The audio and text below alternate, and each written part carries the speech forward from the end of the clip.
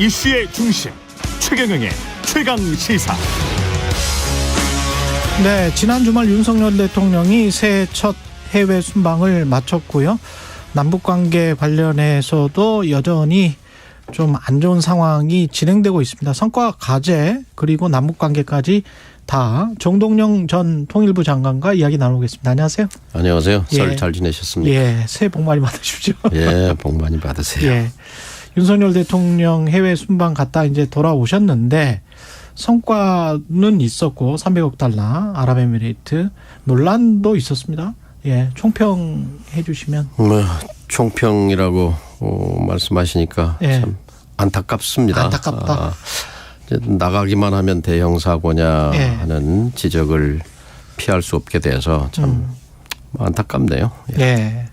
이번에 일종의 이제 말 실수는 아랍에미레이트의 적은 이란, 북한의 적은 한국의 적은 북한 뭐 이래서 예. 결국은 3단 논법으로 가면 뒷말은 이란의 한국의 적은 이란 뭐 이런 식으로 지금 논리 구성이 되기 때문에 거기에 함유돼 있는 거는 그렇죠. 예. 뭐 UAE는 이제 형제 국가다. UAE의 안보는 우리 안보다. 예. 여기가 여러분의 조국이다. 이제 이것도 너무 나간 건데요. UAE 적은 이란이고 우리의 적은 북한이다. 이건 이제 지나가는 말이 아니라 공식적이고 공개적인 그렇죠. 국가 지도자의 입장인데 안타깝죠. 윤 대통령도 잘하고 싶었겠죠. 예. 아마 그런 다짐을 가지고 갔을 텐데 이제 중요한 것은 이 외교의 영역은 윤 대통령이 경험해보지 않은 영역이거든요. 그렇죠. 그런데 이 국제정치는 치열한 권력 투쟁의 장이란 말이죠. 이 장에서 우리의 국익을 극대화하려면 국익을 확보하려면 두 가지입니다. 하나는 실력이고 하나는 신중함이거든요. 실력이라는 건 경험이 있어야 나오는 거고 또 학습하고 천착해야 하는 건데 김대중 대통령 같은 경우에 해당하는 거지요. 예. 미국하고도 잘 지내고 중국하고 일본하고 러시아 외교를 원만하게 해서 우리 국익을 도모했던 거지요. 그렇죠. 그리고 국제정치 교과서에 나오는 말입니다. 외교의 철칙이 신중함이다. 프루던스다라는 거거든요. 예. 근데 이 두 가지가 결여된 것이 이런 이제 실수를 부르게 된 건데요. 이 점에서는 이거를 지금 외교부가 장병 격려용이었다. 이란과는 상관없다라고 뭉치는 걸로는 넘어갈 수가 없습니다. 왜냐하면 정말 그렇게 생각했다면 외교부에 뇌가 없거나 뇌가 없거나 예. 무지한 대응이라고 생각합니다. 윤석열 대통령이 실력과 결국은 신중함이 결여돼 있다, 부족하다, 없다 이런 말씀이시는데 그걸 인정할 필요가 있습니다. 그걸 인정할 필요가 있다. 실력은 단기간에 쌓을 수가 없는 거지 않습니까? 그렇죠. 그러나 이제 참모들하고 부단히 토론하고 학습하고 해야 되죠. 그러면 신중함이라도 갖춰야 될 것 같은데요. 그렇죠. 외교를 검찰 수사하듯 할 수는 없는 거지요. 그러니까 일단은 이게 내가 잘 모르는 영역이다라는 걸 전제해야 되는 건데 예. 중동 정치라는 게 얼마나 복잡하단합니까? 예. 우리 국민들도 이해하기가 쉽지 않은데 그런데 UAE와 이란은 이제 최근에 2, 3년 전부터 관계 개선을 시도해서 대사도 교환하고 경제 협력도 증가하고 이런 상황인데 아마 보고서를 제대로 소화를 못한 것 같아요. 그러고 나서 지금 우리가 이란하고 관계가 굉장히 복잡 미묘하거든요. 예. 사실 그 우리가 수입한 원유 대금 70억 달러를 미국이 이란 제재에 동참하면서 그렇죠. 그걸 지불하지 않아서 이게 껄끄럽단 말이죠. 그러니까 지금 이란 외교부가 이미 한 이란 간의 외교 갈등으로 일단 비화된 거거든요. 예. 이란 외교부가 대사 초치한 거 한국 대사를 불러들인 것에 불러서 항의한 데 이어서 윤 대통령의 발언이 걸프 지역의 평화와 안정을 훼손하고 있다라고 규정했거든요. 규정하는 게 중요한 겁니다. 훼손했다는 거거든요. 그렇죠. 그리고 거기 더 나가 한 발 더 나가서 한국이 원유 대금 70억 달러 문제를 해결하지 않으면 한국과 이란의 관계를 재검토할 수 있다라고까지 나갔단 말이죠. 그렇죠. 그런데 이걸 장병 격려용이다. 이란과 관계없는 문제다라고 이렇게 뭉개고 가는 것은 국익에 심대한 악영향을 끼치는 거죠. 심지어 이란 현지 언론에서는 호르무즈 해협을 통과하는 한국 선박을 용납해서는 안 된다 하는 그런 보도까지 나오는 거란 말이죠. 지금 해야 할 일은 지금이라도 행동하는 것이 늦지 않은 겁니다. 특사를 보내야 합니다. 특사를 보내고 유감 표명하고 특사를 보내야 된다. 그리고 오래된 이란과의 친선 관계를 다시 한번 다지는 그런 계기로 삼는 것이 이 국익을 그나마 덜 훼손하는 거라고 생각합니다. 네, 대통령이 이 분야의 신력과 신중함이 부족했다라는 지적이신데 그렇다면 옆에 참모진이나 홍보진이 특히 저는 이게 보도가 나왔을 때 자체 그 워딩을 보고 깜짝 놀랐는데 예. 보통 이제 한국 언론에라도 보도가 안 됐다면 현재 언론이 그걸 캐치해서 뭐 보도를 해버렸으면 그거는 어쩔 수가 없는 노릇이고 근데 한국 언론에 릴리즈가 됐다는 거는 참모진이 이걸 인식을 못했다는 거잖아요. 이 판에 싹 갈아야 합니다. 예. 왜냐하면 나갔다 하면 대형 외교 참사인데 이건 지도자 리스크이면서 동시에 참모 리스크입니다. 대한민국에 얼마나 많은 전문가가 많이 있습니까? 지금 있는 팀 아니면 안 됩니까? 저는 이것만 가지고도 예. 외교안보 라인 전면 교체가 필요하다고 봅니다. 그러니까요. 방송에 그날 바로 나올 정도의 어떤 멘트라고 생각했다면 이건 자랑스럽게 우리가 홍보할 수 있는 사안이다. 이렇게 판단을 했다는 건데. 참 어처구니 없는 좀 납득하기 일입니다. 힘듭니다. 네. 근데 이란이 이제 NPT 조약까지 물고 늘어지면서 우리도 뭐 유사시에 윤석열 대통령이 뭐 자체 핵보유 발언까지 이야기를 했었는데 이란이 이거는 조금 뭐 많이 나간 것 아닌가 그런 생각까지 들기는 합니다만은 그 내용 유사시에 우리가 자체 핵보유를 할 수 있다 이런 발언을 한 거는 사실이니까 그거는 어떻게 보세요? 남북 평화와 관련해서는? 사실 이란과 북한은 상당히 밀접합니다. 핵미사일 협력도 있고 최근에 뭐 드론도 이란제라는 거 아니겠습니까? 그런 점에서 아마 그런 연상작용 끝에 그 이란 적발언이 나온 그런 배경도 있지 않은가 생각하는데요. 사실 대통령의 말은 굉장히 무겁습니다. 얼마나 중요합니까? 그런데 지금 핵무장론과 관련해서 결정적인 것은 일관성입니다. 그러니까 지난 그 신년 국방부 업무 보고 때 공식적인 자리 아닙니까? 우리가 핵무장할 수 있다. 아마 미국이 가장 화들짝 놀랐을 것이고 국제사회도 놀랐죠. 이제 그것의 연장에서 이란에서도 이제 이런 반응이 나온 것인데요. 그런데 이제 다보스 이제 돌아오는 길에 월스트리트저널과 인터뷰를 했어요. 그랬죠. 거기서는 NPT 체제를 존중하는 것이 합리적이다 이렇게 말했단 말이에요. 이거는 다른 얘기예요. NPT 체제라는 건 핵 확산 금지 조약, 핵실험도 금지하고 핵무장을 막는 그런 것을 존중하겠다는 입장은 핵무장을 할 수 있다는 얘기와는 충돌하는 얘기란 말이죠. 그러면 우리 국민이나 국제사회가 어떻게 받아들이겠습니까? 대반에 이렇게 나왔어요. CNN이 뭐라고 했냐. 아니 연초에 핵무장과 관련해서 윤 대통령이 확장 억제 미국의 핵 우산에 대해서 이게 국민들에게 그렇게 신뢰할 수 있겠느냐 이렇게 부정적인 입장을 밝히더니 또 월스트리트저널 인터뷰에서는 미국의 핵 확장 억제를 전적으로 신뢰한다 이렇게 말했는데 CNN이 이렇게 꼬집었어요. 여기서 이 말하고 저기서 저 말하면 누가 믿겠느냐라는 건데. 그렇죠. 정말 윤 대통령께서 정말 지금 깊이 새겨들어야 할 얘기는 말의 일관성. 오락가락해서는 어느 쪽도 믿지 않게 되는 거죠. 그 결정적인 건 지난번에 바이든 발언 그것의 수습 과정에 있었습니다. 실현할 수 있습니다. 근데 그것을 인정하는 작은 용기를 못 냈기 때문에 바이든이 아니고 난리면이라고 한 거다. 이것은 뭐냐면요.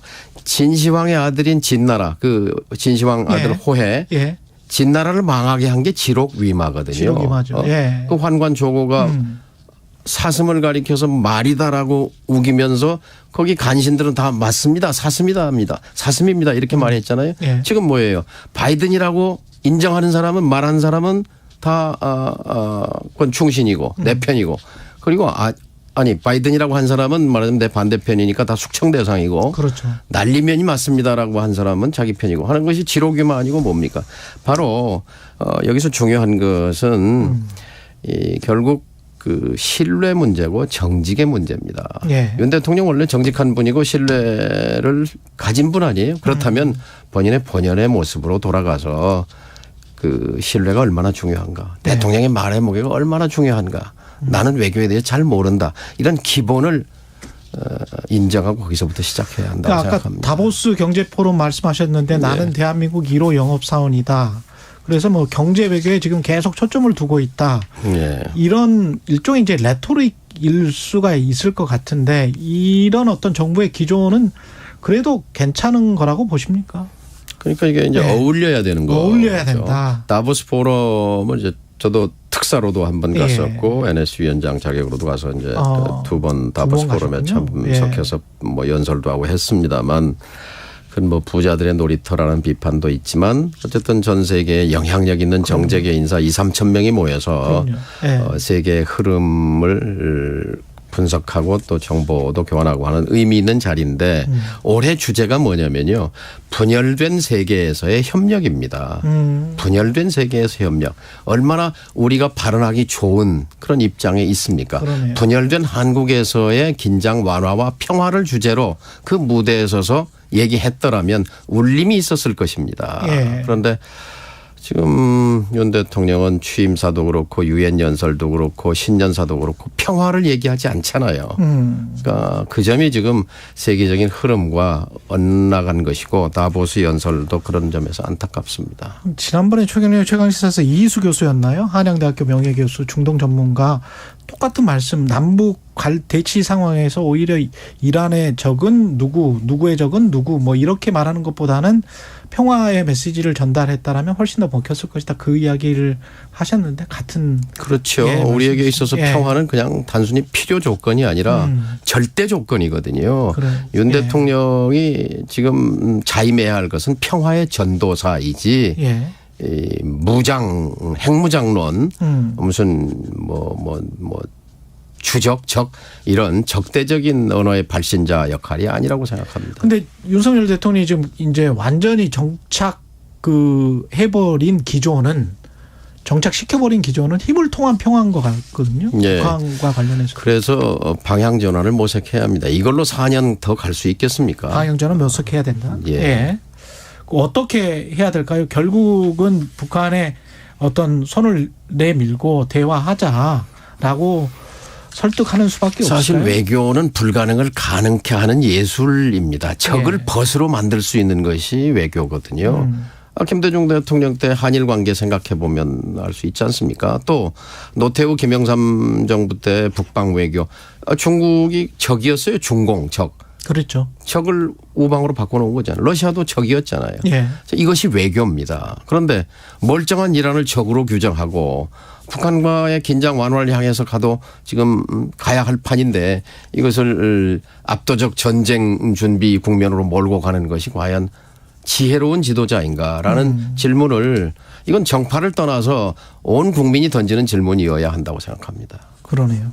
근데 그 당대표로 나온 국민의힘 당대표로 나온 김기현 의원 같은 경우도 과거 이제 핵 관련해서 굉장히 좀 공격적인 발언을 했었고 여성의 민방위 교육도 이거는 전쟁을 어떤 염두에 두고 지금이라도 민방위 교육을 해서 유사시에 우리가 대비해야 된다 이런 뉘앙스인데 국가 동원 체제를 말하는 건데요. 예. 이것은 민주주의의 역방향입니다. 그러니까 50년 전에 이제 그때 40대 후보로서 김대중 후보가 예비군 폐지론을 냈을 때 큰 반향이 있었는데 이게 이제 정반대 방향인데요. 그랬군요. 40년 전이군요, 그게. 50년 전입니다. 예. 1970년에. 예. 그런데 지금 여성의 민방위 체제 편입 이것은 어떻게 생각하기에 따라서는 이른바 20대 남녀 갈등을 그 선거 소재로 썼던 것처럼 예.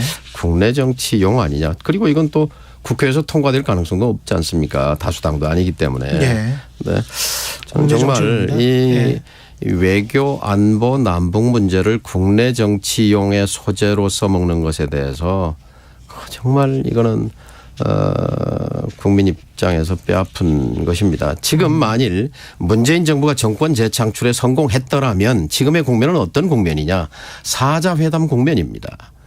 중국을 끌어들여서 예. 미중 남북이 한반도의 비핵화와 한반도의 평화 정착을 의제로 지금 국제적인 논의를 진행해 가야 할 국면입니다. 이 국면에서 민방위를 얘기하고 전쟁 불사를 얘기하고 힘에 의한 평화를 얘기하는 것은 시대착오도 유만부동입니다. 안타깝습니다. 예. 야당인 민주당 입장에서는 어떻습니까? 그 검찰이 일종의 이제 그 이재명 당대표의 사법 리스크가 갈고리로 걸어서 이제 계속 끌려가는 그런 형태로 밖에서 보기는 그러니까 검찰 수사가 위력을 발휘하는 것 같아요. 언론도 예. 요즘 뭐 언론 역할을 뭐 KBS를 제외하면 제가 그런 그 쓴소리를 할 수밖에 없는데 이 야당 의원들도 겁먹었는지 해야 할 소리를 안 합니다. 이 남북 관계만 해도 노무현 DJ의 후계자라고 후예라고 얘기하면서 과연 그 철학에 충실한가? 예. 이렇게 그것이 아무래도 검찰 수사로 야당 의원들이 이렇게 압수수색도 당하고 하니까 좀 주눅이 든 것 아닌가. 해야 할 소리가 뭘까요? 야당 금방 말씀한 예. 이란 적 발언에 대해서도 민주당의 얘기는 대변인 성명 말고는 의원들의 그런 목소리가 전혀 들리지 않습니다. 그리고 예. 이런 핵무장론 또는 뭐 핵 확장 억제에 예. 관한 그 오락가락하는 발언 등등에 대해서도 뭐 전혀 뭐 야당의 과거 70석 80석 되는 야당도 이러진 않았어요. 170석이나 되는 배부른 야당, 겁먹은 야당. 그러니까 그런 점에서는 검찰을 통한 공포 정치가 효력을 발휘하고 있다 이렇게 느껴집니다. 검찰을 통한 공포 정치를 지금 하고 있고 그게 효력을 발휘하고 있다. 이런 상황에서 지금 국내 정치 특히 이제 사법 리스크라고 하는 네. 이재명 당대표와 관련해서는 어떤 발언들이 나와야 됩니까? 저는 늘 사법 리스크란 말이 잘못됐다. 이건 검찰 리스크다. 검찰 리스크다. 지금 가령 뭐 내일 모레 이제 이재명 대표가 검찰에 갈 텐데요. 뭐 혼자 가느냐, 뭐 여럿이 가느냐, 그건 형식의 문제고 본질은 아닙니다. 본질은 뭐냐면 그 현상 뒤에 숨어 있는 의도가 있느냐 없느냐는 건데. 검찰의 의도가 있느냐? 그게 본질이죠. 예. 예를 들면 만일 문재인 정권이 정권 재창출에 성공했더라면 검찰이 지금 이런 수사를 진행하고 있겠는가? 뒤집어 말하면 윤석열 정권 하에서의 수사란 말이에요. 네. 그럼 이게 정치 수사, 정치 검찰이라는 얘기를 피할 수 없는 것인데요. 김대중 대통령 얘기를 다시 한번 더 하면 훌륭한 점은요. 정치 보복을 하지 않았다는 겁니다. 국민 통합의 방향으로 갔다는 겁니다. 윤 대통령도 후보 시절에 이렇게 말했어요. 내가 대통령이 되면 멋지게 협치해서 국민 통합으로 가겠습니다라고 했지 않습니까? 그랬죠. 네. 그 말을 새겨야 합니다. 지금 경제 사정도 그렇고 민생 이야기를 안 할 수가 없는데 어떻게 보십니까? 뭐 전기, 가스, 난방 뭐 굉장히 좀 힘든 국민들이 많고 관련해서 이제 여당과 야당이 협치를 할 수밖에 없을 것 같은데 협치는 안 하고 있단 말이죠. 글쎄, 참 불가사의예요. 네. 아파트 관리비 고지서를 받아본 국민들이 깜짝 놀란 게 2배, 3배 가스값 올랐거든요. 예, 빌라도 마찬가지고 지금 뭐 전기료에 교통요금에 줄줄이 공공요금인데 예. 재벌 대기업 챙기는 그런 마음으로 서민 경제도 좀 챙겨야 합니다. 바로 그러기 때문에 또 야당의 견제가 필요한 거고요. 예. 좀 더 분발할 필요가 있습니다. 알겠습니다. 지금까지 정동영 전 통일부 장관과 말씀 나눴습니다. 고맙습니다. 예, 감사합니다. 여러분은 지금 KBS 1라디오 최경영의 최강 시사와 함께하고 계십니다.